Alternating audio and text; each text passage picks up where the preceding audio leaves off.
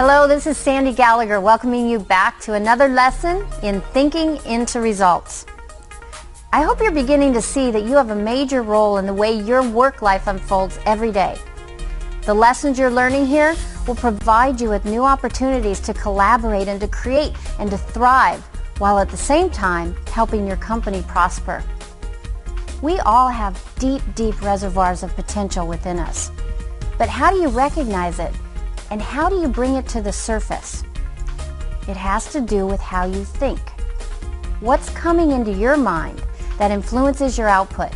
What are you thinking about? Is it what you want or is it what you don't want? Are you thinking about problems or are you thinking about solutions? One of my favorite quotes is from Ralph Waldo Emerson. And it's so simple, but it's so powerful. And it has a special meaning for this upcoming lesson. He says, we become what we think about all day long. It's your choice, what you give your attention to and what you think about all day, every day. Remember, you have control over the thoughts you think. Now here's Bob to help you understand a better way to think. Feed your mind what it needs to produce the outcomes that you most desire.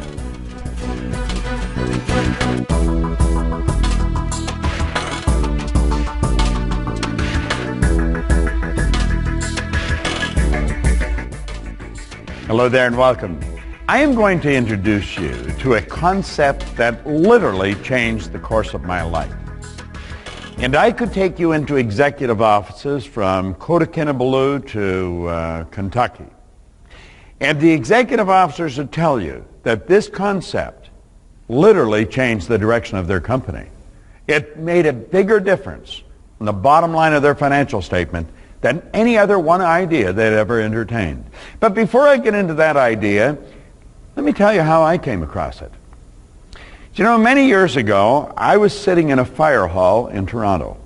That was the best job I'd ever had. I was earning $4,000 a year and I owed $6,000. My whole day was filled with, how can I get these creditors off my back? And I was introduced to this book. This is the book Think and Grow Rich by Napoleon Hill. And the man that gave it to me said, Bob, you're quite capable of changing the direction of your life. And he said, if you do what this author says, everything in your life is going to change. Now, I did not believe that. There's no way that I could believe that. But I'll tell you what I did. This guy was so adamant, and he talked to me on a number of different occasions, that I believed in his belief in me. See, I didn't believe in myself. I had no formal education. I had no business experience. And the idea of changing my life was the furthest thing from my mind. Then he asked me, he said, well, who are you? And I said, I'm Bob. I thought it was a dumb question. I said, you know who I am? No, he said, that's who you think you are. But he said, Bob and Proctor are just two words. That's your name. Isn't it strange how we look at a person, we'll say, that's Sandy, that's Todd, you know, that's Bob. No, that's their name, but it's not them. Bob and Proctor are two words. I'll probably use those two words for my name all the time I'm here, but it's not me. And I said, well, then, this is me. No, he says, that's not you. He said, that's your body. And I'm thinking, I'm not my name, and this isn't me. See, I couldn't figure out where he was going. Now, what he was trying to do is help me understand who I was. If I was going to change the results in my life, I better know who I am. Now, do you know that you can go all the way through our educational system? You can go to some of the most prestigious universities in the world and leave there and know very little about yourself. Gather a lot of information, but not know who you are. Most people do think they're their name. They think this is me. But you've never heard anyone say, am hand. You've never heard anyone say, am head, am body.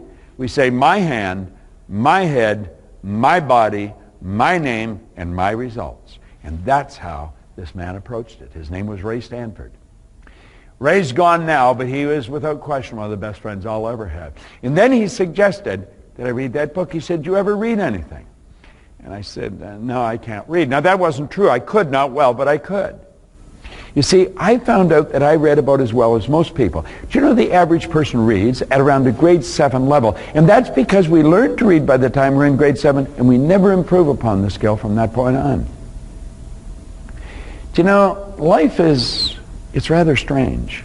The most important things we never learn. Do you know that 1% of our population earns 96% of all the money that's being earned? The average person has absolutely no concept about how to earn money. We go through our educational system and never learn how. You could have a degree in economics and not learn how to earn money. Another thing we don't learn is we don't learn how to make decisions. That's why you have so many people wandering around saying, what do you think I should do? Well, you see, all this, as Ray pointed out, stems back to not knowing who we are. And so he got me thinking, and he said, start reading. He said, the secret of the ages are locked up in books. In fact, Robert Collier wrote a book, and that was the title of it, The Secret of the Ages. And he got me studying this, and I studied this book, and I kept reading, and I kept reading it, and I kept trying to do things, and everything started to change. I set a goal of earning $25,000. And, you know, in less than a year, I was earning $175,000. Then I took it over $1 million. But if you were to ask me what I had done, I couldn't tell you. You say, well, how'd you earn the money? Well, I started a business. You see, when I set the goal of earning money, I did what this man said. I wrote the goal on a card, I put the card in my pocket, and I read it as often as possible every day. A goal card. Isn't that strange? This is the direction I'm going in my life. This is where I'm going. And so I'd read it every day. Now, I had on the card that I was going to earn this $25,000. What'd that do? That caused me thinking of earning money. Now, prior to that, I was thinking of debt. You'd say, well, you know, is thinking of debt a bad thing? Well, we become what we think about. You say, but what about getting out of debt? If your goal is to get out of debt, it's the worst goal you'll ever set, because you're thinking that you'll be in it. You've got to think prosperity. And so I started to read this card, and I started to hear people talking about earning money. Somebody said there's good money cleaning floors. I said, I'm not proud, I'll clean floors. Well, you know, I ended up cleaning floors in Toronto, Montreal, Boston, Cleveland, Atlanta, London, England. I kept reading this book. And then I found Earl Nightingale's condensed narration of this book, and I started to play a long playing record, drive around with a record player in a car. My behavior was rather strange. I didn't know anyone else that was doing this. And anyone that knew me didn't know anyone else that was doing it. And they thought, why is he doing this? And I didn't know. Now, my life changed so dramatically, and I couldn't find anyone that could tell me what really happened. Now, most people that earn a lot of money, they're not really interested in what they do so different. They just enjoy the money. That didn't settle with me. I wanted to know, why did I change? See, I had been raised to believe if you don't go to school, you can't win. I was raised to believe if you haven't got business experience, you can't get a good job. I was raised to believe all kinds of things that are not true. They are not true. Now, I'm not anti-education. I made sure my kids went through school. In fact, I think studying and education is sacred. I have a great library of books now. That was the first book I ever read. I have thousands of books. And I've been reading them all, and I've been reading now for 50 years. I just can't read enough. I want to learn more, but I wanted to find out why I changed. And I couldn't find anybody that could tell me. I could find no one that could tell me. I thought it was the book and the records. I bought the book and I gave it to people, and I gave them records, and nothing happened. Well, I began to study, and I was living in Chicago at the time, and I heard about a man in Vancouver, British Columbia. His name was Leland Val van der Waal. He was a great big man. And they said, you should go and listen to him. He's wise. He knows a lot of different things that people don't know. So I flew out to British Columbia. And when he was finished speaking, I went over and I said, I'd like to spend a couple hours with you. And I remember him looking at his watch, and he said, well, I'd probably like to spend a couple hours with you too. But he said, I've got to catch a plane. And I said, I didn't mean right now. I've got to catch a plane too. He said, where are you going? I said, I've got to go back to Chicago. He said, what are you doing in Chicago? I said, I live there. He says, you came all the way here for this seminar? And I said, yes. If I had known what I was going to get, I'd have walked all the way here. Now, I think he was impressed that I had traveled so far. But you know, when this man walked on the stage, the second he opened his mouth, I knew that he knew what he was talking about. And I made up my mind I was going to get to know him. Well, as it turned out, he wasn't going to be in Chicago anytime in the near future, but he was going to be in Toronto in a couple of weeks. And I said, I'm actually from Toronto. My family's still there, and I said, I'll fly over and meet you. Well, the two of us sat down in the Skyline Hotel. And it was supposed to be for a couple hours. We were there for 3 days. And he and I were just like that right up until he passed away. He was a phenomenal human being. He was wise. He had information that not many people have. And he sat down and he said, Bob, you live simultaneously on 3 planes of understanding. And I said, I know that. No, he said, you don't know, or you wouldn't have asked me the questions you're asking. And he says, shut up and listen, open your mind. And then he smiled. He said, you are a spiritual being. You have an intellect and you live in a physical body. 3 different planes of understanding. And he said, the mind is the greatest power in all of creation. And he quoted Dr. J.B. Rhine from Duke, who was alive at the time. And Rhine probably did more study into the power of the mind than anyone alive. And Dr. Rhine said, the mind is the greatest power in all of creation. Now he said, tell me what your front door looks like. And I thought, how can he go from the mind to my front door? And I said, what's that got to do with it? He said, just listen to me. What does your front door look like? So I described it to him. He said, tell me what your car looks like. What color is it? I said, it's white. He said, is it big or small? I said, well, it's fairly big. He said, there are 2 doors, 4 doors. And I said, there are 4 doors. He said, what color is the interior? And I said, it's tan. He said, see, you can describe your front door and you can describe your car, can't you? He said, tell me what color your refrigerator is. So I told him. He said, there are 2 doors or 4 doors? I said, there's 2 doors. He said, top and bottom or sides? And I said, top and bottom. He said, do they open to the left to the right or the right to the left? And I sort of stared into space. He says, now you see you've gone to your kitchen. You went into your kitchen and you mentally saw which way those doors open. Now he said, tell me what your mind looks like. I said, what? He said, tell me what your mind looks like. I said, I don't know. He said, are you inclined to think of the brain when I asked you that? And I said, yeah. He said, your brain is not your mind any more than your fingernail is. He said, this is one of the great problems in life. No one has ever seen the mind. And yet it's the mind that has to be changed if you're going to change results. Now he said, when I said think of your door, he said, I activated vocal cords. I set up a sound. It's a light message. Your hearing sense picked it up. And that light message went screaming down a nerve passageway and struck a group of cells in your brain. Those cells increased in amplitude of vibration, and the picture that's in them flashed on the front of your mind. So as I said your front door, like that, a picture of the door come up. And I said your car, a picture of the car come up. Your refrigerator, a picture of the refrigerator come up. But when I asked you to think of the mind, no picture. He said, you see, you have no cells of recognition for the mind. That's why people go in for analysis, and they go for years. You know why? They're trying to change something, they don't have a picture. And you and I think in pictures. We think in pictures. When I asked you to think of the car, a picture come on the screen of the mind. Now he said there was a doctor in San Antonio, Texas that understood that way back around 1934. And he said, you know, we've got a problem in the healing arts.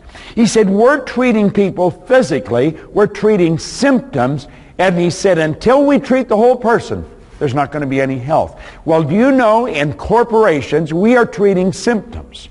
In business, we're treating symptoms. In sales, we're treating symptoms. We are not treating the cause of low profits. We're not treating the cause of low sales. And until we treat the primary cause, there's going to be no permanent change. And he pointed that out to me. He said, we've got to have a picture of the mind. Now he said, I'm going to draw a picture. This is a picture that Dr. Thurman Fleet drew in 1934. And he said, this is the mind. Now he said, look at it. And you look, you might smile. You just see a couple of circles and a couple of lines. We call this the stick person. Now I want you to let the large circle represent the mind and the small circle represent the body. Now the mind controls the body. The body is an instrument of the mind. Now I want you to think. I want you to stop and think of the performance of some people that you know. You can choose yourself if you want. It's the way we act, it's the behavior that's going to determine the results. Some people, when they meet a stranger, are very shy and they pull back. Others are very gregarious and they got their hand out and asking the person all kinds of interesting questions. The behavior of people varies greatly, but the nature of people, they're exactly the same. See, the mind operates the same for the shy person as it does for the gregarious person. It's how the mind is programmed with the shy person that's so different from the gregarious one. And the mind is programmed both genetic and environmentally. That's how paradigms are formed. But we talk about a little more about that in another lesson. What I want you to focus on is this drawing again. Come back to the drawing. Now let's take that large circle and we'll put a line right through the center. And we'll say everything on the top half is referred to as the conscious mind. Everything on the bottom half is referred as the subconscious mind. And of course the small circle on the bottom is the body. Now, this is what Val suggested I do. He said, I want you to let your head represent the mind. Everything from the neck down represent the body. Now he said that's not the way it is. Mind is in every cell of the body. Mind is movement, body's the manifestation of the movement. But we've got to have a picture to operate with. So the top half of the drawing is the conscious mind. That is the thinking mind. The bottom half is the subconscious, and that is the emotional mind. And of course, it's what's going on in the emotional mind that's going to determine what the body does. How do the ideas get into the emotional mind? Well, we put them there. Now, do you see, there is a great power that's flowing to and through us, and it never stops. And as this power flows into the consciousness, we have the ability to think. Do you know what the problem with most people is? They don't think. Do you see those little lines growing out of the conscious mind? They're called sensory factors. We can see, hear, smell, taste, and touch. And the sensory factors is what feeds information into the consciousness from the outside world. Now, we have been conditioned to live through those sensory factors. We've been conditioned to go by what we see, hear, smell, taste, and touch. As little kids in school, we get a report card. And the report card tells us what kind of student we are. And so we look at the report card, the teacher looks at the report card, we take it home, the parent looks at the report card, and that tells us what kind of a student we are, doesn't it? The truth is, it really doesn't. But that's the belief system we're operating with. The report card actually tells us where our mind was at for a few minutes, maybe 3 weeks ago. It has absolutely nothing to do with potential, but that's what the child believes. That's what the parent believes, and then we start treating them according to the grades they got on the card. Now that's rather sad, because when we leave school, we let the sales sheets dictate what kind of a salesperson we are. We let the balance sheet dictate what kind of an organization we are. And we let the balance sheet control everything we plan to do. The balance sheet is the report card. It just tells us what was going on in the past.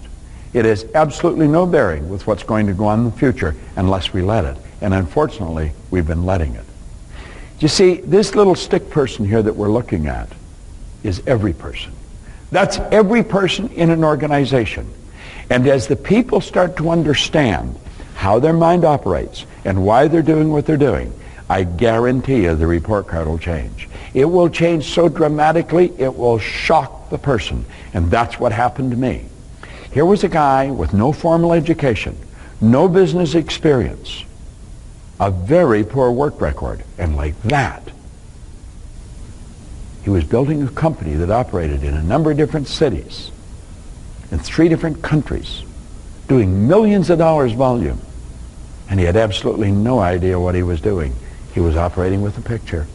He had a picture in his mind of what he wanted, and through repetition, he planted that picture in the subconscious mind. And what was planted in the subconscious mind had to move into form. All right, now let's pay real close attention to this graphic illustration, because this is really the creative process on how it all works. There's a power flowing into your consciousness. This is your thinking mind, and this is where dreams are built. And you take those dreams and you impress them upon your subconscious mind. Now this is what causes the feeling in your consciousness. This is how you get emotionally involved in the idea. Those emotions then are expressed with and through the body, and that's what causes the body to change in its state of vibration. As the vibration changes, the action changes.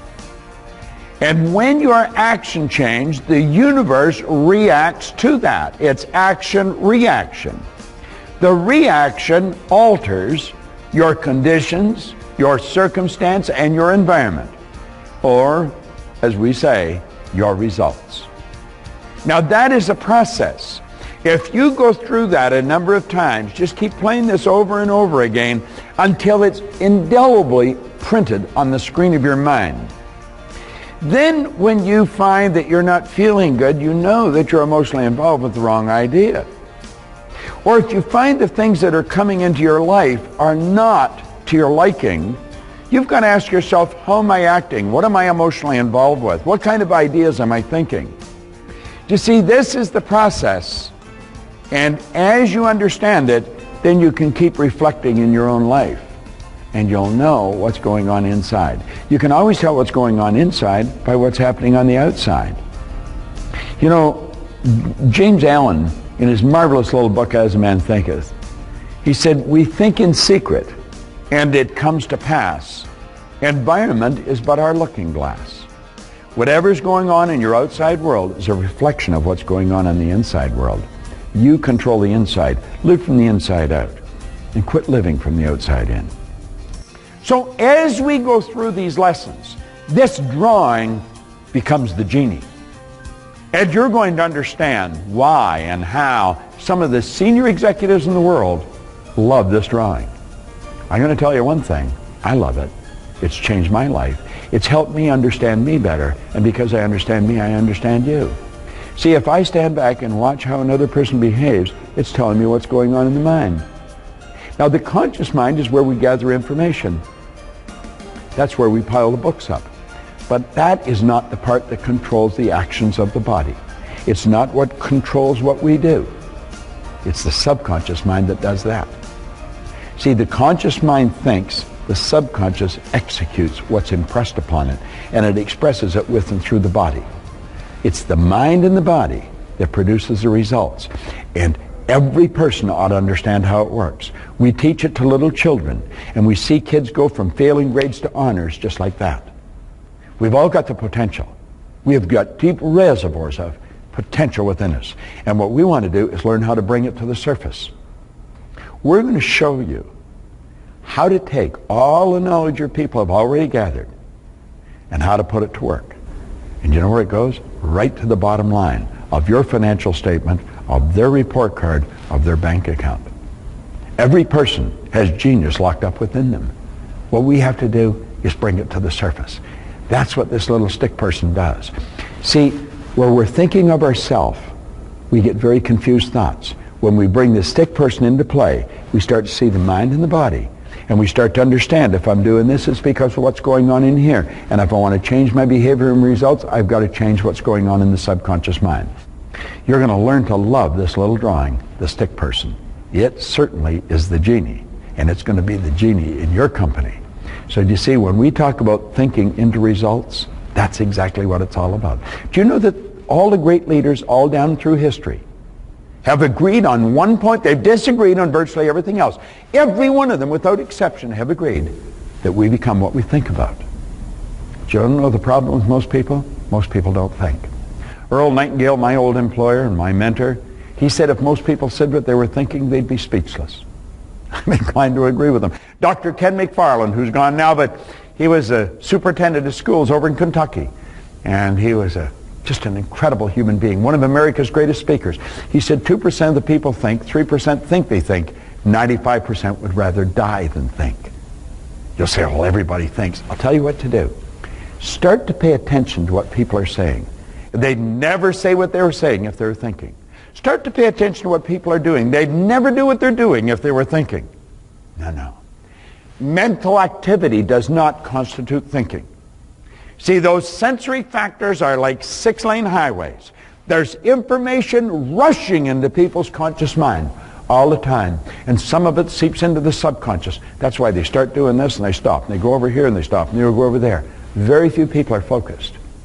We're going to show you, when we go into the lessons on the mental faculties, how to shut off those highways so that all this information that's rushing in and causing conscious confusion stops. And you become focused dedicated and disciplined. That's when your life's going to change. Study this little stick person. Take the lesson that's just on the stick person and review it over and over and over again. Start to see yourself as the stick person, and you'll see everybody else as one. And then you can observe what they're doing, and you know what's going on in their mind. And if you want to get them to change what they're doing, you're going to have to help them understand what's causing them to do what they're doing. I don't care if it's your children or if it's your employees. That's the way it works. I love this little drawing. It has certainly changed my life. And it'll change yours. It's Bob Proctor. Thank you. We're really getting into thinking into results with this lesson, and one of the best ways to learn is repetition. So I encourage you to go over this lesson as many times as you can and use the graphic that Bob just introduced to us. It'll give you clarity on what's going on in your mind and in your behavior. I remember when I first saw this diagram, I thought it was pretty silly, but I'm telling you, it's powerful. This diagram is responsible for hundreds of millions of dollars, actually probably billions of dollars of increased revenue to corporations around the world. So study it until you really understand it. You'll keep getting more out of it every time you come back, I promise. Let your results guide you. What's happening on the outside always tells you what's going on inside. So what are your worthy goals that you set for your team? Are you seeing them manifest in your world? If not, the exercises for this lesson will help you shift your thinking in a way that leads you closer to those goals. And remember, you have control over the thoughts you think.